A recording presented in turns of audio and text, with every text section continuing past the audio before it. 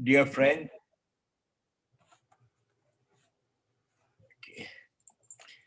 Varghese, will you tell me, will you raise your hand, uh, just say a few minutes, 2 or 3 minutes before my time is up? Thank you. Yeah. Friends, I live on the in a village on the outskirts of a city called Bangalore. I don't know how many of you have been to India. Bangalore is quite a big, thank you. Bangalore is quite a big city. Uh, and it is the Silicon Valley of India. And I think after the real Silicon Valley in the US, Bangalore has the largest number of computer engineers. So you have that on the one hand, and then just 4.5 hours drive from Bangalore, you come upon people who are, living in thatched huts, who can probably eat only twice a day, who are harassed by the government forest department. They live in the forest. And the older people have never been to school. And these are the indigenous people of Mysore district. And in 1973, a reservoir, a dam was built there. And for most of them, for about half of them, this population, they were forcibly evicted because the reservoir waters inundated their villages. They were promised land by the government, but no land was given. And then over the years, the remaining population in the forest, the forest department has been trying to throw them out and putting all kinds of controls. They have declared the forest as a tiger sanctuary, and they don't want any human beings living there. Although the indigenous people are no threat to the forest or the wildlife there. But this notion of you don't have this caste system in India. We have this hierarchical caste system where some are more pure, some are more important, and right at the bottom you have the untouchable caste, who traditionally, they couldn't even approach you because you would get polluted and you would have to go and take a bath if they came close to you. So the indigenous people are pretty close to that same level of the untouchables. And those living in the forest continue to be harassed by the forest department. One of the people who is working with us, he told me that a short while ago that his father passed away in the forest, and the forest department wouldn't allow him to transport the body a kilometer away to their burial ground. He says, it was a new forest officer. And so they had to wait for something like 20 hours arguing with the forest officer before he eventually let them carry the body to the burial place. So this is the situation they find themselves in. And those in the forest don't have work, and there are all kinds of hurdles for them to cultivate or to gather honey or to, the kind of algae that they collect there is used in the paint industry. So they find it very difficult. And I, at the last minute, sent Varghese some pictures. I don't know if it is at all possible to share them. If it's not, it's okay. Yeah. I can share it. Okay. I mean, I think there's a picture of a family and the hut they live in, if that's possible. Yeah, just give me a second Yeah. here. So while he's doing it, oh, he's got it. Yeah. No, That not one. that. This one. Yeah. Okay. So this is these are the living conditions. You see that they live in these mud huts, and in the rainy season, the roof leaks. So they get these plastic sheets to cover the places where the roof leaks. And you can see that, by and large, they are undernourished. Yeah. Thanks, Varghese. So this is just to give you an idea. And these indigenous people, compared to mainstream Indian society, uh, they, which is learning modern ways, and particularly in the city of Bangalore, very individualistic, very competitive, very consumer oriented, very money oriented. Um, if you go there to the tribal villages, I remember taking an American friend of mine there, and through some of the villages, and she said, I don't see any waste. Where do they throw their waste? And that was interesting that she asked that question, because by and large, until recently, they didn't have any waste to throw around. They lived very frugally.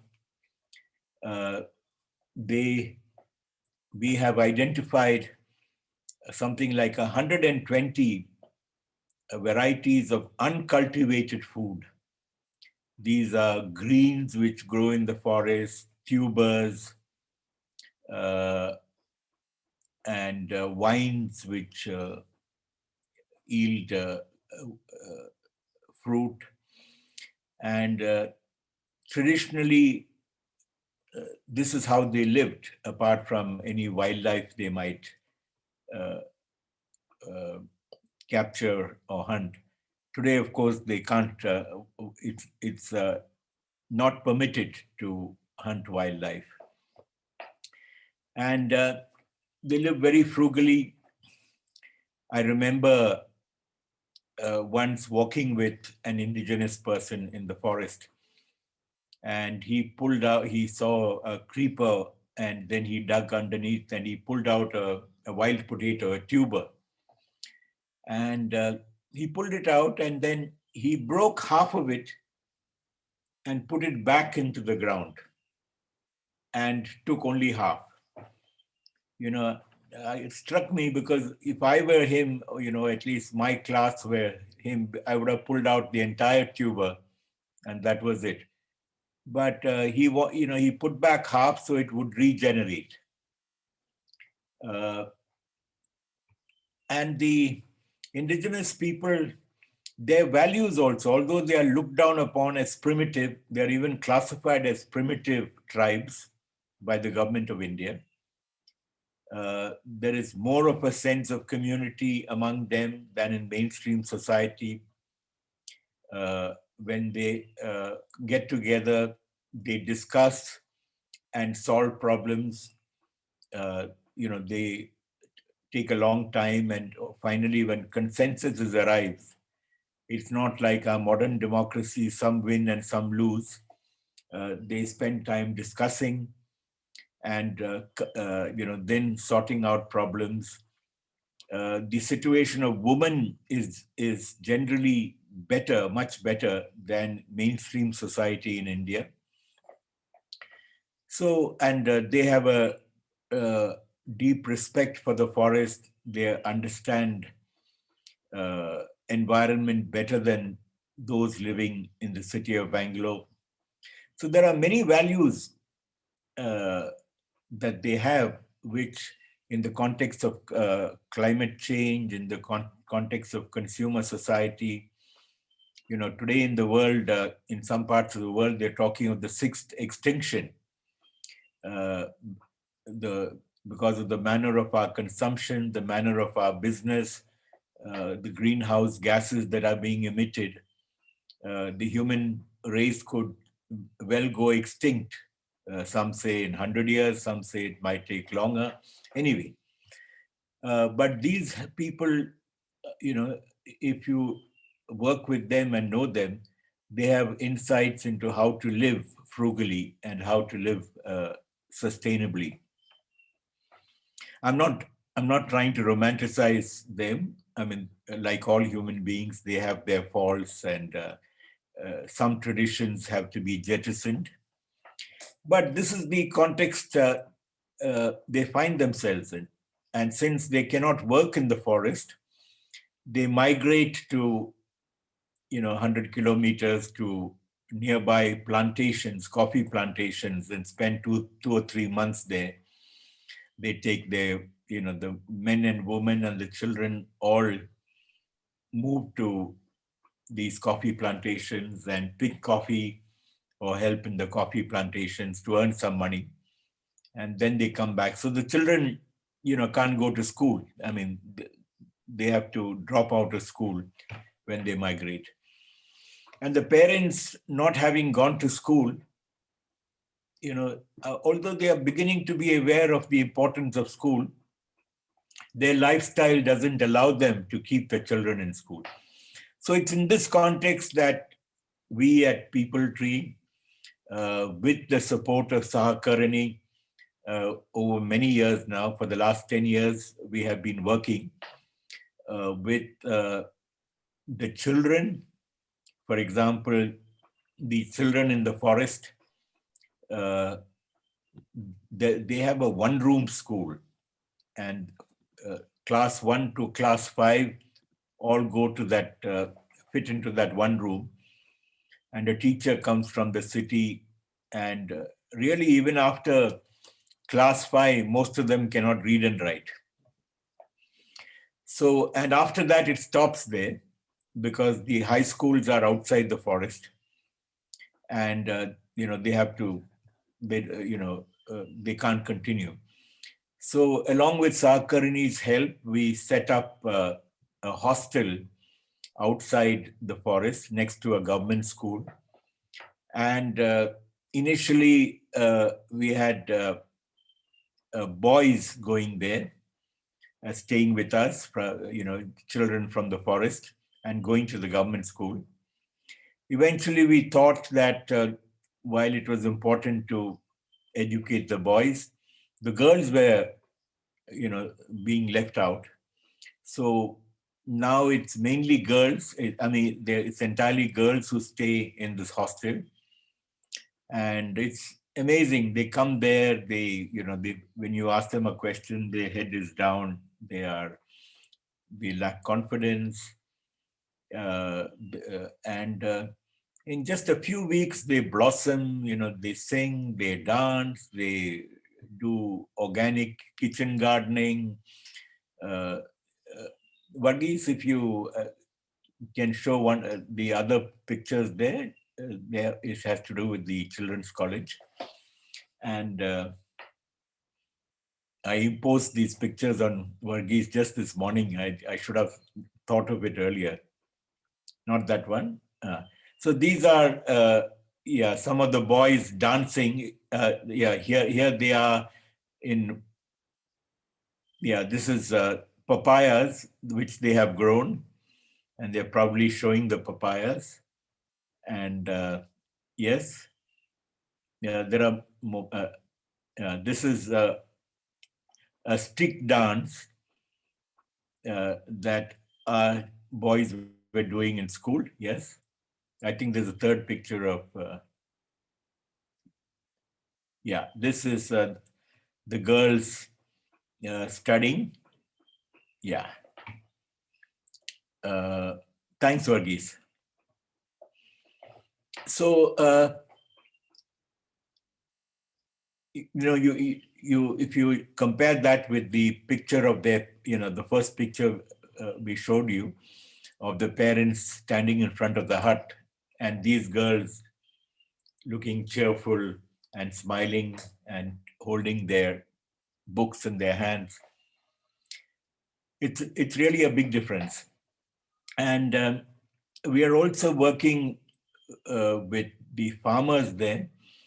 And over the years, we had to negotiate with the government. We had to build a tribal leadership, a new leadership which could negotiate with the government and remind the government that they had promised them land when they were uh, displaced, evicted, when the dam, the reservoir was built. And and they were not, yeah, they were not given any land. So we had to organize, mobilize them, and eventually the government gave some of them uh, 2 to 3 acres of land. And then they had to be taught how to cultivate, because being forest dwellers, they didn't understand how to cultivate. So this training had to be done. And there are a number of women farmers, women whom we have trained, and they grow millets. Millets, you don't have millets in Canada, but it's a food grain, very nutritious. And so we call these women millet sisters. And it's quite something to honor women farmers. Usually they are not honored, and to bring them together and to empower them. So the future of this program depends a lot on the youth, because the youth who get educated, who get the life skills, who can negotiate with the government, who get out of their inferiority complex and deal with the problems they are facing. So in a nutshell, this is what we are doing, and Sahakarini has been firmly with us, and Varghese has every year, once or twice, visited the program, and he has often brought students, not often, always brought students from Alberta University, and these students have also been sensitized to some of the issues that the Indigenous people are facing. So I'll stop here. Thank you so much. Okay, Siddhartha, and we'll have few minutes for questions if people have questions. Okay. And if you can unmute yourself and ask questions.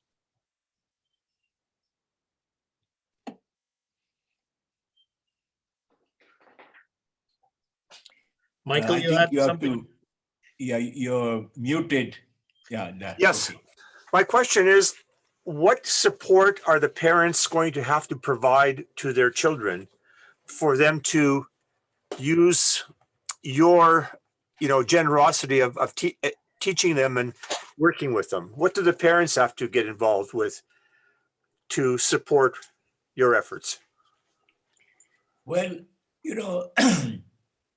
most of the Indigenous men, I think this happens all over the world, the pressures that they're facing, the cultural genocide, to use a strong term, because, their cultures have been looked down upon. The government says that their values are primitive, that they have to incorporate modern values and jettison their values. This has led to a collapse of their community. And as a result, the men, I would say 80% of the men have become alcoholics. So many of the men are dysfunctional. And fortunately, the women are the ones who are emerging as the leaders, who can hold the family together, who can encourage the children to go and get education. So I would say that it's not only the children that, I mean, we have the children, of course, in the hostel, but we bring the parents together from time to time to make them aware of what is happening, what their children are studying, and the importance of them encouraging. So slowly a degree of, I mean, the mothers always had this sense of, pride that the children were being educated. But now some of the men are also beginning to feel that sense of pride. But the encouragement mainly comes from the mothers. Thank you very much. Yeah.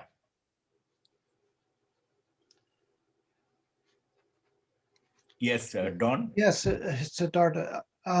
It's been a few years since we last met. And, Yes, I remember Chris you. and that stick dance brings back memories. Thank you for Yeah. sharing that. I'm just wondering about where the children go after they spend time at the school. There's a public school you mentioned that is not too far away that we also went by. And what can you comment there? Well, after they finish school, we try to get them scholarships to go to university. The government has some scholarships for Indigenous people, for the children of Indigenous people. So we negotiate with government people and we get them scholarships to stay in a hostel, to study, and then see, whether they can get jobs. Some of them can be self-employed. If they know tailoring, they can stitch clothes and earn some money, or see, get clerical jobs. So this is an ongoing process, and it's of course more difficult being girls. There is a pressure that they should get married, and often they don't get, boys who have gone through a similar background. So there's a big difference between the husband and wife. And this also is a challenge one has to deal with. Thank you. Thanks, Don. Thanks, Siddhartha, too. Margaret. Margaret has raised her hand. Margaret, go ahead. You're muted. Yeah, okay, Margaret, yeah. Hello. Hello, Siddhartha. Hi. It's wonderful to see you. It's been many years since you've been in our community. Yes, I remember. We wanted to thank you for your work and your example, and you touched us quite deeply when you visited Camrose, and we wanted to ask how you were doing. How is your health and how are you keeping? Well, fortunately, I'm okay, and I've had both my vaccinations, but India has taken a very bad hit. I think I suspect that more than 1 million people have died. The government figures are not accurate. The government says that in a particular area, 10 people have died today. But if you look at the crematoriums, the crematoriums say that 20 bodies or 30 bodies were brought for cremation. And poor people along, the Ganges River, which is meant to be a holy river, poor people have not had the money to buy firewood to cremate those who are dead. And hundreds of bodies have been immersed in the Ganges River.